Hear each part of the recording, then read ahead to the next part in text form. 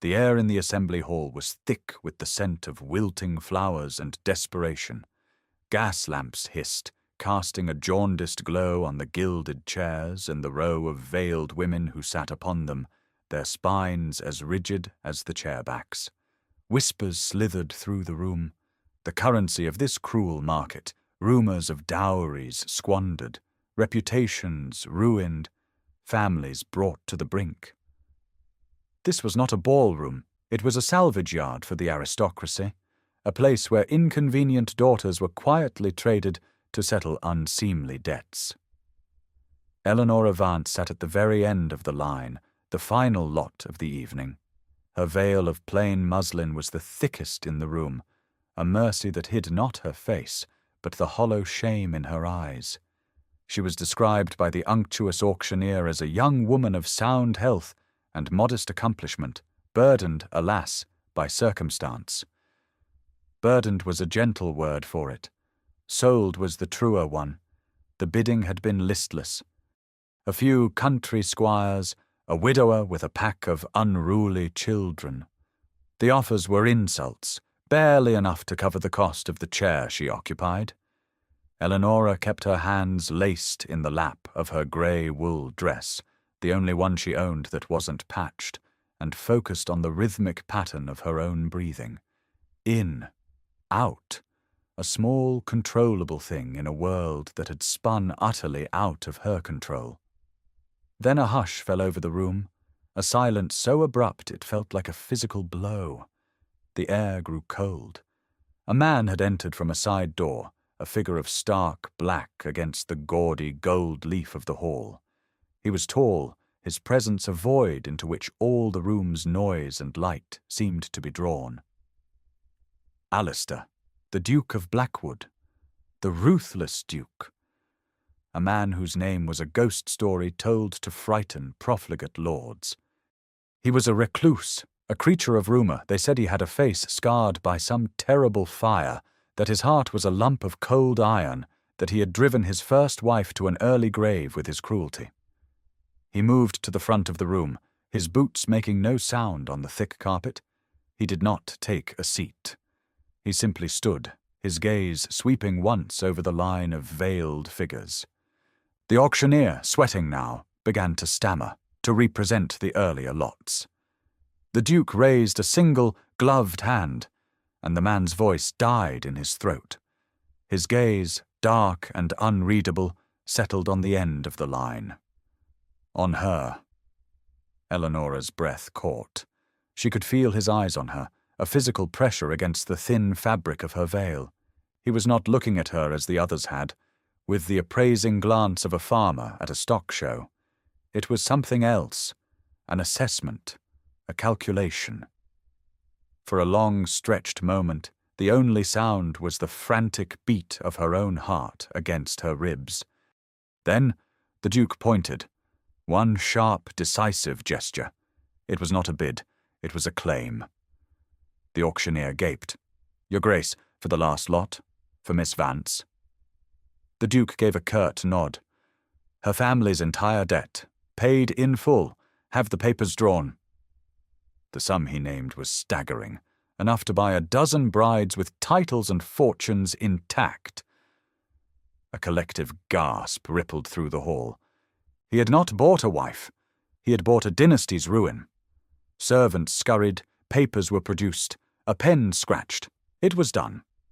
The Duke walked towards her, his steps finally audible as he crossed the bare floorboards of the dais. He stopped directly in front of her chair. Eleanora forced herself not to shrink back. She lifted her chin, a useless gesture of defiance behind the veil. He reached out, and for a terrifying second, she thought he would rip the muslin from her face. Instead, his fingers, cool through the fine leather of his glove, caught the hem of the veil and lifted it just enough to see her eyes. His face was not scarred. It was severe, carved from granite, with a mouth set in a hard line, and eyes the colour of a winter storm. They held no heat, no emotion at all. They were the eyes of a man making a purchase. "You will do," he said, His voice was low, a rasp of stone on stone. Then he let the veil fall, plunging her back into shadow. The door to her old life had not just closed. It had been bricked up and sealed forever. Thank you for joining us for this story. Subscribe for more tales of unexpected love and hidden strength, and let us know in the comments where you're watching from today. The story of what was hidden under the veil is only just beginning. Eleanora's life before that auction had been one of quiet, unacknowledged competence. While her stepfather, Sir Reginald, busied himself with the slow, methodical drinking of his inheritance, Eleanora had been the true master of Kenwood Hall. It was she who walked the fields with the tenant farmers, discussing crop rotation and drainage. It was she who sat for hours in the dusty estate office, her fingers smudged with ink, poring over the ledgers, finding ways to stretch a shilling into a pound. She renegotiated the price of seed grain with a stubborn merchant from Bristol, her calm logic and precise figures wearing down his blustering until he finally agreed to a fair price, saving the estate a crucial 50 sovereigns. She discovered the head groom was selling their best oats on the side and dismissed him not with a tantrum, but with a quiet presentation of his own falsified records. The household ran not on Sir Reginald's dwindling authority, but on Eleanora's meticulous attention. No one ever thanked her. Her intelligence was treated as a useful, if slightly unladylike, eccentricity. Her younger sister Clara, a gentle soul with a persistent cough, was the only one who saw her worth, often bringing her a cup of tea late at night as she worked, her presence a small, warm comfort in the chilly house. Her fiancé, Lord Ashworth, found her financial acumen particularly distasteful. "My dear Eleanora," he'd said once, tapping the ledger she was working on with his riding crop, "leave these dreary matters to the men. A woman's mind is too delicate for numbers. You should be thinking of flowers and poetry." He preferred her to be an ornament, a pretty silent thing to be displayed on his arm. He did not want a partner. He wanted a possession. The betrayal, when it came, was as swift and cold as a winter frost. Sir Reginald summoned her to his study, a room that smelled of stale brandy and desperation. Lord Ashworth was there, standing by the fireplace, looking smug. The ledgers were spread open on the desk, but not her neat, ordered ones. These were a different set, filled with debts to tailors, vintners, and, most damningly, to gambling houses in London. "The estate is ruined, Eleanora," Sir Reginald said, not meeting her eyes. "Ashworth and we have suffered some unfortunate losses." "I don't understand," she said, her voice steady despite the cold dread coiling in her stomach. "I have managed the accounts. We are strained, but not ruined." Ashworth laughed, a short, ugly sound. "You managed the household purse, my dear, a child's allowance. The real debts are far beyond your comprehension." Sir Reginald finally looked at her, his eyes pleading and weak. "There is a solution. An arrangement has been made. A private assembly. A gentleman has agreed to absorb our debts, in exchange for a marriage contract." Eleanora stared at him, the pieces clicking into place with sickening clarity. The secret trips to London. The hushed arguments she'd overheard. Ashworth's sudden lack of interest in setting a wedding date. "You are selling me," she whispered. It was not a question. Ashworth stepped forward, his charm a poisonous veneer. "Think of it as securing your future, Eleanora, and ours, a most efficient transaction." The veil, he explained, was a condition of the agreement, a symbol of her new, diminished status. It was to hide the shame of a woman whose family had failed her so completely they had to put her on the block.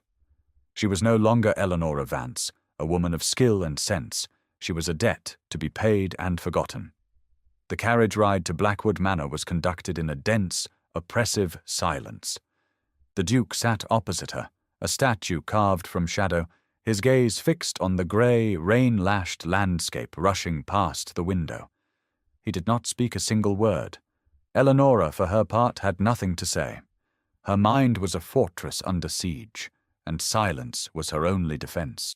She focused on the details of the carriage's interior, the worn velvet of the squabs, the tarnished silver of the door latch, the rhythmic creak of the axle. Small, tangible things to anchor her in the terrifying present. Blackwood Manor rose from the moors like a jagged outcrop of rock, a formidable silhouette of granite towers and crenellated walls against a bruised, purple sky. It was not a home. It was a declaration of power, stark and unyielding.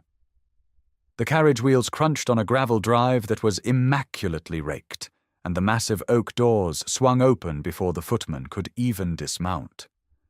A woman stood framed in the doorway, ramrod straight, her grey hair pulled into a severe knot. She wore a black bombazine dress, a chatelaine of keys at her waist, her only ornament. Her face was a mask of professional neutrality. "Your Grace," she said, her voice crisp. "Mrs. Gable?" he acknowledged with a curt nod. "This is the Duchess. See to her things." The housekeeper's eyes flickered over Eleanora for a fraction of a second. There was no welcome in them, only a cool, thorough assessment. It was the look of a servant judging the quality of a new piece of furniture. Eleanora met her gaze without flinching. Mrs. Gable gave a small, almost imperceptible nod and turned to issue orders to the footman. The Duke led Eleanora into the great hall. It was vast and cold, the flagstones echoing with their steps. Suits of armor stood like silent, empty sentinels along walls of dark, polished wood. The air smelled of beeswax, old stone, and something else, the clean, sterile scent of a place that was meticulously maintained, but utterly unlived in. He did not take her to a drawing room. He led her directly to his study. It was a fiercely masculine space, dominated by a desk the size of a small boat, and shelves groaning with leather-bound books. A fire crackled in the hearth, but it offered little warmth against the room's pervasive chill. He gestured to a chair opposite the desk and took his own. The contract scene. "This is a transaction, Miss Vance," he began, his voice devoid of any inflection. He did not call her by her new title. "I require a duchess to manage this household and to put an end to the matchmaker's relentless scheming. You require solvency and protection from your former associates. Our arrangement is based on this mutual necessity." He steepled his fingers, his gaze direct and unnervingly clear. "You will have unlimited access to the household accounts. You will have a staff at your disposal. You will want for nothing material. In return, you will perform the duties of a duchess with efficiency and discretion. You will find I am not a difficult man to live with, provided my privacy is respected." He paused, letting the weight of his next words settle in the air. "What I will not offer is sentiment. There will be no pretense of affection, no companionship, no emotional involvement of any kind. This is a partnership of convenience. Nothing more. Do you understand the terms?" Eleanora looked at the man before her. He was offering her a cage, but it was a clean, well-lit one. The bars were honest, the terms laid bare. It was a world away from the smiling cruelty and suffocating lies of Kenwood Hall. Cold indifference was a shield. It was something she could survive. "I understand perfectly, Your Grace," she said, her voice even. "The terms are acceptable." He nodded once, as if finalizing a deal for a shipment of wool. "Good. Mrs. Gable will show you to your rooms. They are in the east wing. My own are in the west. We will take our meals together when required for appearances. Otherwise, you may dine as you please." With that, he turned his attention to a stack of papers on his desk, a clear dismissal. The transaction was complete. A young maid with wide, curious eyes and a quiet manner, who introduced herself as Mary, led Eleanora through a labyrinth of silent corridors to the east wing. The Duchess's apartments were a suite of rooms, elegantly furnished and spotlessly clean. but they felt as if they had been sealed under glass. There were no books on the shelves, no trinkets on the mantelpiece, no sign that a living person had ever occupied the space. It was a beautiful, empty shell. In the days that followed, Eleonora began to inhabit it. She did not languish or weep. She worked. Work was what she knew. It was the mechanism by which she understood the world. She began with the household. After a brief but pointed standoff with the estate steward, a sour-faced man named Croft, who clearly resented her authority, she secured the household accounts. As she suspected, they were a mess of lazy extravagance and petty corruption. Mr. Croft had been ordering wine from a cousin in London at twice the market rate and sourcing inferior flour from a miller who paid him a kickback. Eleonora spent 2 days buried in the ledgers, her pen scratching, cross-referencing invoices and delivery dockets. On the 3rd day, she summoned Mr. Croft to the morning room. She did not raise her voice. She simply laid out her findings on the polished mahogany table, a neat row of figures that told a damning story. Croft turned a mottled shade of red, then pale white. He was dismissed by noon. Mrs. Gable observed the entire exchange from the doorway, her expression unreadable. But when Eleonora began the arduous task of renegotiating every supply contract for the estate, the housekeeper ensured that any papers she requested appeared on her desk without delay. A quiet, efficient form of approval. Eleonora's domain expanded. She discovered the vast, walled gardens, once the pride of the duchy, now a tangled ruin of weeds and overgrown rose bushes. An elderly groundskeeper named Finch was the only one left of a once large staff. His spirit was as overgrown as the gardens. "No one's cared about this place for 20 years, he told her, his voice rusty with disuse. Eleonora cared. She procured new tools, found old plans of the original garden layout in the library, and began to work alongside Finch, her hands, once stained with ink, now covered in honest soil. They cleared pathways, pruned the wild, thorny canes of the roses back to their essential shapes, and uncovered the stone foundations of a forgotten glass house.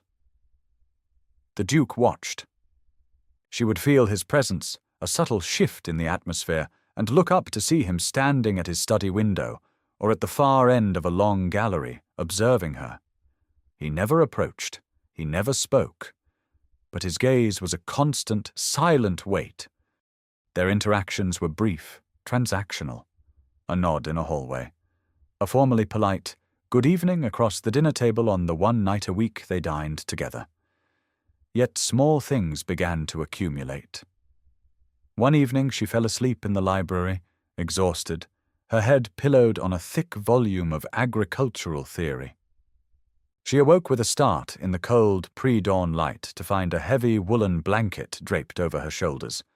It smelled faintly of him, of leather and winter air. Another time, he found her staring up at a high shelf, unable to reach a book she needed. Without a word, he strode to the rolling ladder, climbed it, and retrieved the volume, placing it in her hands before disappearing back into the shadows of the stacks. These were not acts of kindness, she told herself. They were matters of practicality. A cold duchess was an inefficient one. An unread one, perhaps, was a dull one. But a small, traitorous part of her began to catalogue these moments, tiny points of warmth in the vast, cold silence of the house.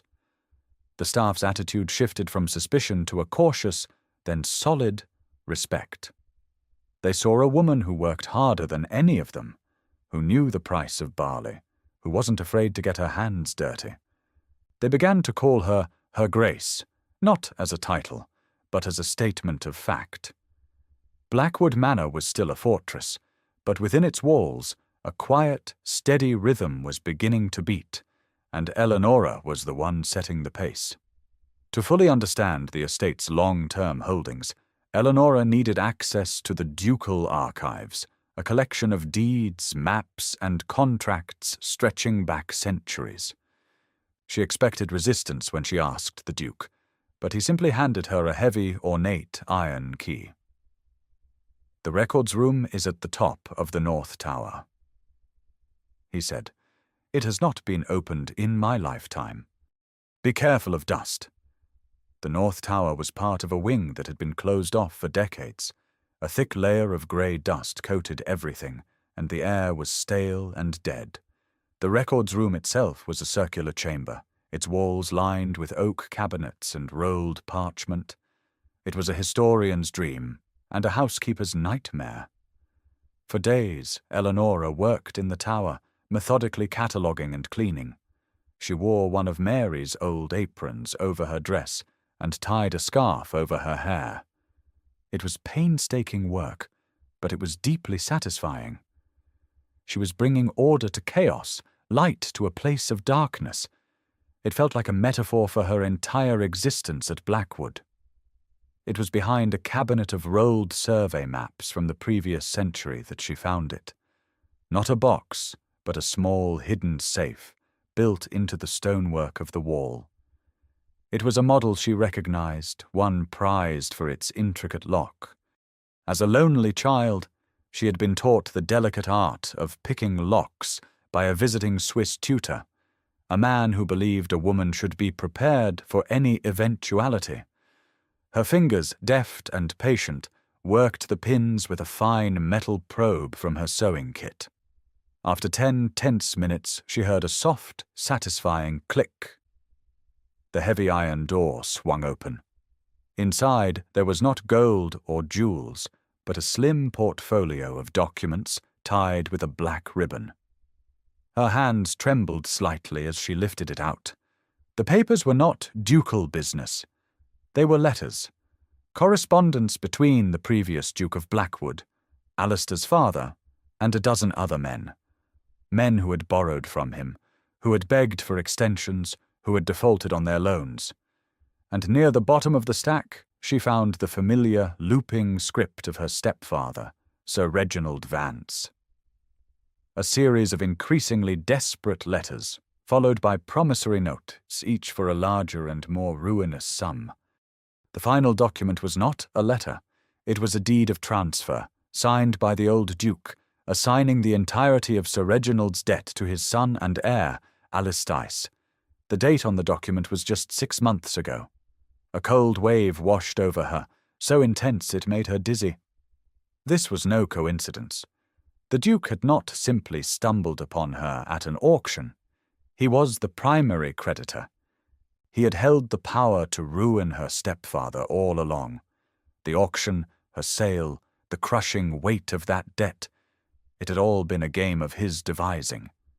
He hadn't just purchased her. He had orchestrated the entire collapse of her world to put her on that auction block. He had wanted her, specifically. But why? As an asset? A trophy? The ultimate form of collection on a debt? The careful, ordered world she had begun to build at Blackwood shattered into 1,000 pieces. The blanket over her shoulders in the library, the book retrieved from the high shelf, they were not small kindnesses. They were the actions of a zookeeper, ensuring his prize acquisition was kept in good condition. She felt a surge of fury so pure and hot it burned away the fear. He had spoken of an honest transaction, a partnership of convenience. It was a lie. It had all been a lie. She clutched the papers to her chest, her knuckles white. She would not be a passive victim in his cold, calculated game. She would confront him. She would have the truth. That evening, she did not wait for dinner. She went to the West Wing, to the door of his study, the portfolio of documents held in her hand like a weapon. She knocked once, a sharp, imperious rap, and entered without waiting for an answer. Alistair was at his desk, a single lamp casting his face in stark relief. He looked up, his expression hardening at the sight of her. For the first time, she had entered his private domain uninvited. "Your Grace," he said, his voice clipped and cold. "I am busy." "I am sure you are," Eleonora replied, her own voice tight with suppressed rage. She walked to the desk and laid the portfolio on the polished wood between them. I was in the records room. I found this. He glanced down at the papers, his jaw tightening degree by degree as he recognized them. He did not feign surprise. He simply looked back at her, his eyes like chips of ice. So you did. The calm admission was more infuriating than any denial. This was you, she said, her voice shaking slightly. All of it. My stepfather's ruin, the auction, my presence in this house. It was your design from the start. Was this your revenge? To own the daughter of the man who owed you everything? Am I just the final, most satisfying entry in your father's ledger of debts? For a moment he said nothing. The silence in the room was a living thing, thick and suffocating. Then his composure, the iron control he wore like armor, finally cracked. It was not a dramatic shattering, but a series of fine fault lines appearing around his eyes, at the corners of his mouth. Revenge, he said, and the word was rough, torn from him. You think this is about revenge? He stood up, pacing the length of the room like a caged wolf. My father was a good man, a trusting man, and men like yours, Sir Reginald, Lord Ashworth, they bled him dry with their false promises and their unfortunate losses. They smiled at his table while they picked his pockets. He died a broken man, his name a disgrace, this estate nearly lost. I have spent the last 15 years methodically, ruthlessly reclaiming what was stolen. Not for revenge, for honor. He stopped and turned to face her, his eyes blazing with an emotion she had never seen in him before. I intended to ruin Sir Reginald. I admit it. I wanted to see him penniless. But I never intended to acquire you. I did not even know you existed until my agent informed me of the arrangement. I attended that grotesque spectacle out of a grim sense of duty to witness the final closing of the account. He looked at her then, and his voice dropped.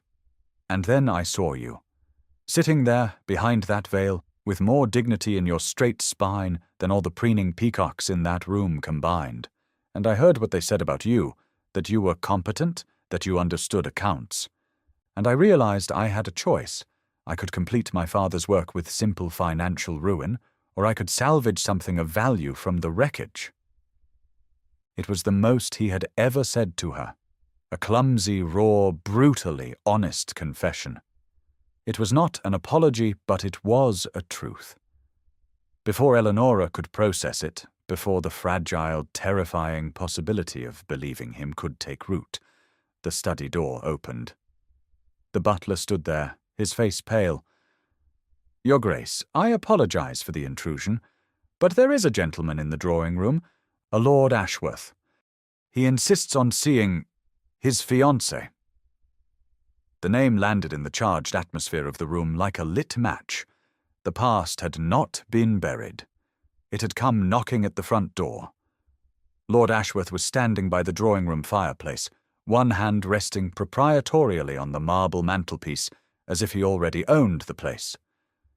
He was dressed in the height of London fashion, his waistcoat a gaudy splash of embroidered silk, a self-satisfied smirk playing on his lips. When Eleonora entered, with the Duke a silent, formidable presence just behind her, Ashworth's smile widened.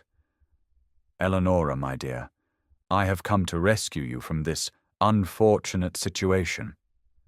He gestured dismissively at the room, at the house, at the Duke himself. My carriage is waiting. Your stepfather and I have reconsidered. The contract signed at that dreadful assembly was made under duress.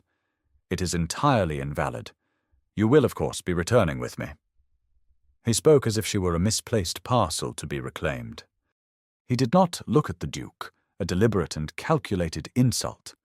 The Duke remained by the door, his arms crossed, his face a mask of cold fury. He was a thundercloud waiting to break. But it was Eleonora who stepped forward into the center of the room. Her voice, when she spoke, was not loud, but it cut through Ashworth's smug arrogance like a shard of glass. There was no duress, Lord Ashworth, only desperation which you and Sir Reginald engineered yourselves. Now, Eleonora, he began, his tone a condescending balm, you are overwrought. You don't understand these complex financial matters. Oh, but I do, she interrupted, her calm silencing him. I understand them perfectly. I understand, for example, that you leveraged my dowry to secure a loan for your gambling habit 3 months ago. I understand that the unfortunate losses Sir Reginald suffered were at a card table where you were his partner. And I understand that the plan was never for me to be your wife, but for me to be the price paid to clear both your ledgers. I have seen the documents. Ashworth's face lost its colour. The smirk vanished, replaced by a pinched, ugly look. You have no proof. Don't I? Eleonora said softly. For the first time, the Duke spoke. His voice was quiet, almost conversational, yet it carried the chilling weight of absolute authority. Lord Ashworth, you are in my house, attempting to claim my wife as your property. This is a profound miscalculation. Ashworth, emboldened by desperation, turned on him. This is a matter of honour.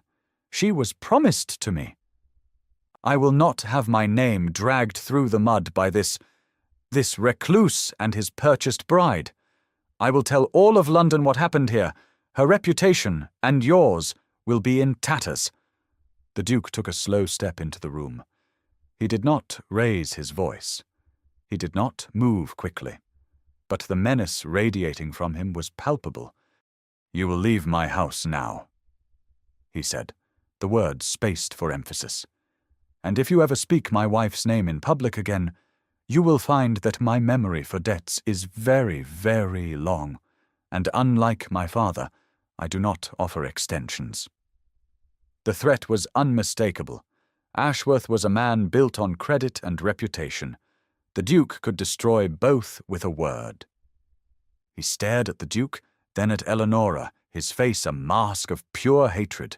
He saw two people standing not as master and possession, but as allies. He saw that he had lost. Without another word, he turned on his heel and stormed from the room. The front door slammed shut, the sound echoing in the sudden, ringing silence. Eleonora stood in the middle of the room, her hands clenched at her sides, trembling from the aftermath of the confrontation. She had spoken back. She had found her voice, and used it not to plead, but to indict. And the Duke had stood with her. He had called her his wife. The adrenaline of the confrontation drained away, leaving Eleonora feeling hollow and unsteady. She sank into a chair, staring into the fire, replaying the scene in her mind. The Duke had not moved from his position near the door, a silent guardian. The space between them felt charged, filled with all the things that had been said and all the things that had not.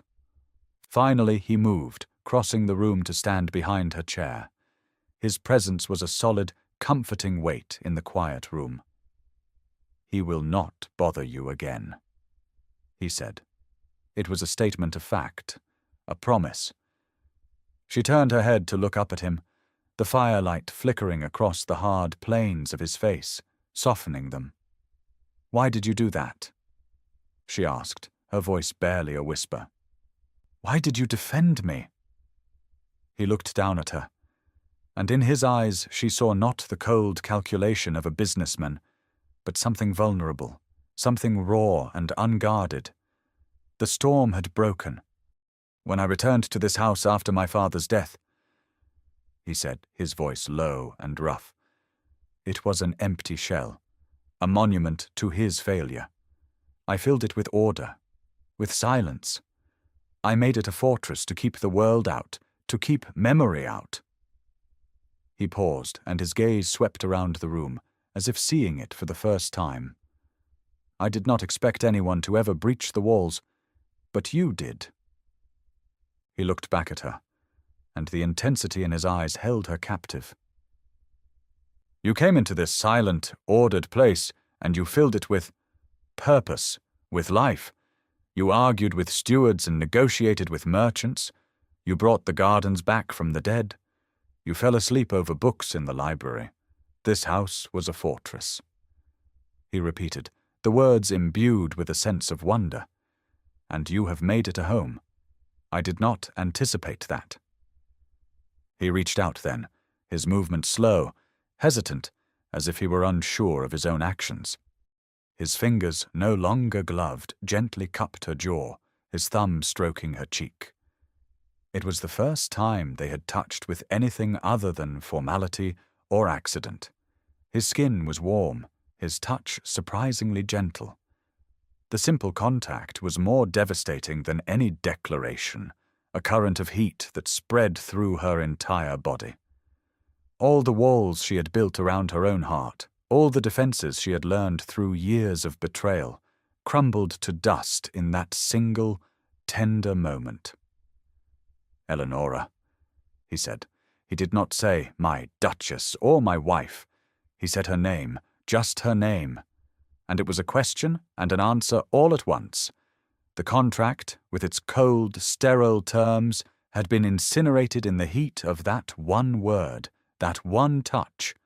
In its place, something new and terrifying and beautiful was being forged in the firelight of the quiet drawing room. She leaned into his touch, a gesture of surrender and trust, and closed her eyes. For the first time since she was a little girl, she felt safe. She felt seen. She felt home. The Queen's annual winter ball was the glittering apex of the London season, a place where reputations were made and destroyed in the space of a waltz. When the Duke and Duchess of Blackwood were announced, a wave of whispers followed them into the vast candle-lit ballroom. The story of their marriage, twisted and embellished by gossip, had preceded them. They saw it in the curious stares, the poorly concealed murmurs behind fans. Eleonora felt a tremor of apprehension, but Alistair's hand was a firm, steady presence on her arm. He had commissioned a gown for her, a magnificent creation of midnight blue silk that shimmered like a star-dusted sky. It was simple, elegant, and it made her feel not like a purchased bride, but like a duchess.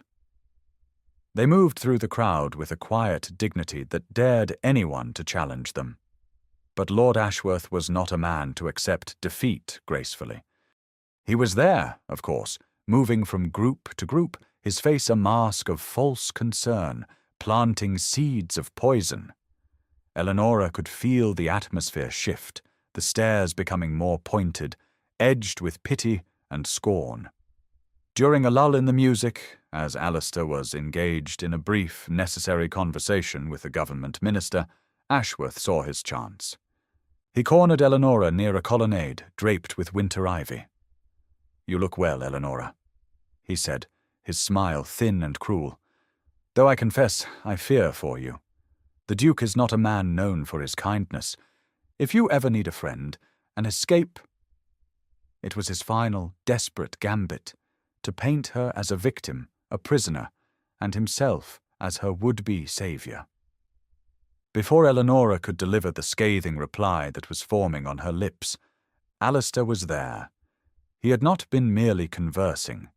He had been acting. He placed a protective hand on the small of her back and met Ashworth's gaze with a look of pure, cold dismissal. "I believe your carriage has been called, Lord Ashworth," Alistair said, his voice calm and low. Ashworth scoffed. "I am going nowhere." At that moment, a royal chamberlain, a man of immense importance, appeared at Ashworth's elbow. "Lord Ashworth," the chamberlain said, his voice discreet but firm, "there appears to be a matter regarding your outstanding debts to the Crown. It requires your immediate attention outside." Ashworth's face went white. Publicly, at the Queen's ball, this was not a request. It was an execution. He had been exposed, his financial ruin made manifest. He was escorted from the ballroom, his social life over. The entire exchange had been witnessed by the most influential gossip in London, the Dowager Duchess of Leinster. She was now staring at them, her eyes wide with curiosity. Alistair turned, leading Eleanora directly towards her. He bowed. "Your Grace," he said, his voice carrying clearly in the suddenly quiet space around them. "Allow me to present my wife, the Duchess of Blackwood." He looked at Eleanora, his expression full of a pride that was breathtakingly real. "Society imagines I have done her a great service. They are mistaken. It is she who has rendered the service. My wife, in the space of a few short months, has single-handedly restored the Blackwood fortunes through her acumen and brilliance. I am the one who is in her debt." He then lifted her hand, not to his lips, but to his heart, holding it there for a moment before kissing her knuckles with a reverence that stunned the onlookers into silence. In one public declaration, he had rewritten their entire story. She was not the plain girl he had bought. She was the brilliant woman who had saved him. The whispers that followed them for the rest of the evening were of a different sort entirely, filled with awe, respect, and no small amount of envy. As they left the ball, stepping into the cold night air, Eleanora looked at her husband. He had not rescued her. He had stood beside her and told the world the truth of who she was. They were not saviour and victim. They were partners. Spring came to Blackwood Manor, not with a sudden burst, but as a slow, gentle unfurling of green. The air softened, carrying the scent of damp earth and new life. In the walled garden, the rose bushes they had so brutally pruned back in the autumn were now covered in tight, promising buds. The pathways were clear, and neat rows of seedlings were pushing their way through the dark, rich soil. It was a place reborn. Eleanora was kneeling by a newly tilled bed, a sketchbook open beside her, planning the layout of a new herb garden. The late afternoon sun was warm on her back. She did not hear Alistair approach, but she felt his familiar presence settle beside her, a quiet comfort she had come to rely on completely. He stood for a moment, watching her work, his hand resting lightly on her shoulder. The silence between them was no longer empty or tense. It was a shared space, full and warm. "I believe," he said, his voice a low rumble that vibrated through her, "that the terms of our original contract have been fully and irrevocably violated." Eleanora looked up at him, a slow smile spreading across her face. "I believe they have, Your Grace." "Alistair," he corrected her gently, his eyes crinkling at the corners. He reached down, taking her soil-stained hand and pulling her to her feet. He brushed a smudge of dirt from her cheek with his thumb. He did not let go of her hand.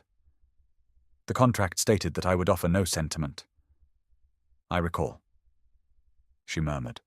"It was a foolish thing to say," he stated, as if discussing a poorly executed business deal. "And inaccurate." He turned her to face him, his gaze serious, holding hers. The world seemed to fall away, leaving only the two of them standing in the garden they had brought back to life together. "I love you, Eleanora." He said it plainly, without poetry or preamble. He said it like a fact, a truth he had discovered and verified, the most certain thing he knew in the world. Her heart, which she had thought was already full, seemed to expand, to make room for the immensity of his words. Before she could find her own voice, he reached into his pocket and took out a small, simple gold band. He slid it onto her finger, next to the heavy, ornate, ducal signet ring. It felt warm from his pocket. "This is not part of the contract," he said softly. "This is a promise of all the things I said I would not give, companionship, affection, all of it, for as long as you will have me." Tears welled in her eyes, but they were tears of profound joy. "I will have you for all of my days, Alistair," she whispered. He bent his head and kissed her, a kiss that tasted of sunlight and spring and the promise of a lifetime. They stood together for a long time, hands linked, looking out at the blooming garden, at the steadfast stone of the house behind it. What had begun as a desperate transaction had, through honesty and work and the slow, steady accumulation of trust, become something real. What was broken had been made whole. What was discarded had become essential. This was their home, built not on a contract, but on a partnership of the heart. Thank you for watching until the very end. We hope this story brought you a moment of warmth. Would you have trusted him after discovering his secret? Let us know your thoughts in the comments and tell us where in the world you're joining us from. Remember, sometimes the best alliances begin as the most honest transactions.